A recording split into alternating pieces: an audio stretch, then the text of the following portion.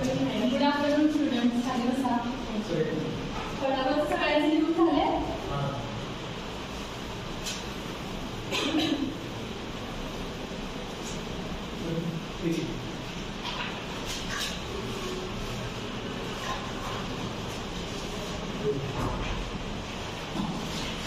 Maximum विचारच focus करायचं.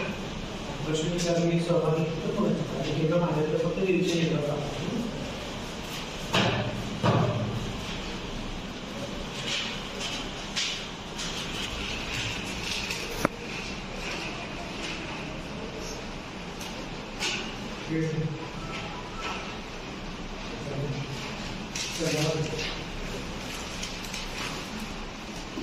विद्यार्थी मित्र, आज आपण आपत्ती व्यवस्थापन या घटकाबद्दल माहिती बघणार आहोत.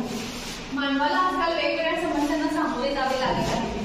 त्यातील समस्यांची नावे तुम्ही सांगू शकाल का? तुम्ही सांगा सर, मानवाला आजकाल कोणकोणत्या समस्यांना सामोरे जावे लागत आहे किंवा कोणकोणत्या आपत्तींना सामोरे जावे लागत आहे? बरोबर. तुम्ही सांगा. छान. अजून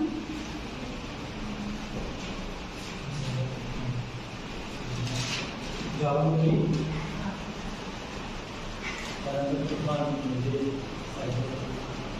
वादळ, प्रदूषण, व्यावसायिक प्रवाह. बरोबर. बसा खाली. म्हणजेच मानवाला वेगवेगळ्या आपत्तींना आजकाल सामोरे जावे लागत आहे. आणि त्यातीलच एक आपत्ती म्हणजे दुष्काळ, की ज्याचा मोठा प्रभाव आपल्या संपूर्ण मानवी वस्तीवर पडतो. तीच म्हणजे दुष्काळ.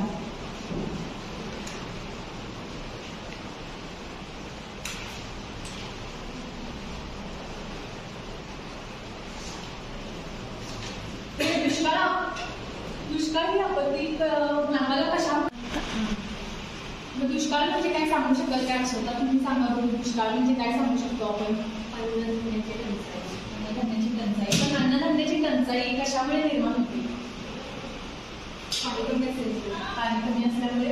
तुम्ही सांगा, तुम्हाला काय वाटते की दुष्काळ कशामुळे निर्माण होतो? दुष्काळ अवस्था भरपूर वर्षापासून किंवा थोड्या प्रमाणात पाऊस झाल्यामुळे, आणि जर आपण पाणी जपून वापरलं नाही, जर आपण तसा उपयोग केला तर पाण्याची टंचाई निर्माण होऊ शकते. त्यामुळे दुष्काळ बरोबर. छान.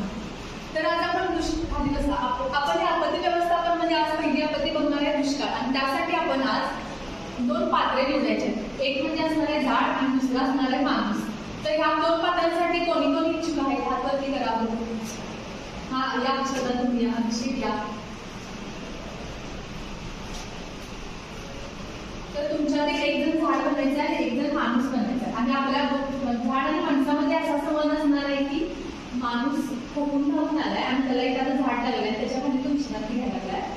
आणि त्यानंतर त्याला झाड असा प्रश्न विचारणार की तू म्हणजे आपल्याला तर दोघांचा संबंध असणार आहे की माझ्याकडे विश्रांती घेतोस पण तू मलाच झाड वगैरे करतोस असा संबंध. आणि झाडाचं महत्व आणि माणसाच्या काय काय ठिकाणी जाते त्याच्यामुळे दुष्काळ संबंध.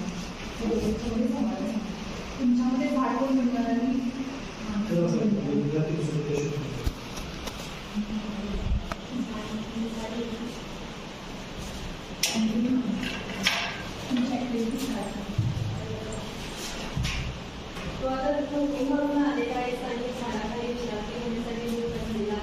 पण मला या वातावरणात एकटं वाटत आहे, कारण माझ्या मित्रांना तोडण्यात आलेला आहे आणि मी आता एकटाच उरलेलो आहे.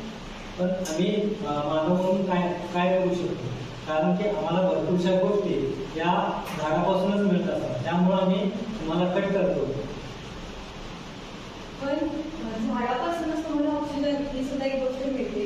आणि जर तुम्ही झाडेच कट करत सुद्धा तर प्रदूषण पण वाढेल आणि ऑक्सिजनची पण कमतरता निर्माण होईल. जी लोकसंख्या असेल त्याला ऑक्सिजन पुन्हा नाही, मग त्यावेळेस तुम्ही काय करता? पण ज्यावेळी त्या लोकसंख्येला ज्यावेळी राहण्याचा प्रश्न येतो त्यावेळीच आम्ही नवीन घरे बांधतो. आणि त्या नवीन घरासाठी किंवा औद्योगिकरणासाठी आम्हाला झाडे कापावीच लागतात. आपण हे करत असताना आपण निसर्गाचा विचार करून इतर 4 ठिकाणी नवीन उपाययोजना करून आपण झाडांची लागवड करू शकतो. हे तुम्ही लक्षात ठेवलं पाहिजे आणि आमची वाढ वाढवली पाहिजे. यापुढे आम्हीही या गोष्टी लक्षात ठेवू की झाडे कापल्यामुळे किती दुष्परिणाम ही मानवासाठी होत चालली आहे. यापुढे आम्ही झाडे लावावं, झाडे जगवा या भूमिकेचे पालन करू. मानव आणि एक झाड यांच्यामधला संवाद केला आणि या संवादाबद्दल आपल्याला थोडक्यात असं तरी लक्षात आलं की झाडं नसल्यामुळे ही दुष्काळ परिस्थिती आपल्या आजूबाजूला निर्माण झालेली आहे. त्यामुळे आज आपण आपत्ती व्यवस्थापनामध्ये दुष्काळ हा घटक अभ्यासला आहोत आणि ह्याचा उर्वरित भाग आपण पुढच्या पाठाला अभ्यासणार आहोत. थँक्यू.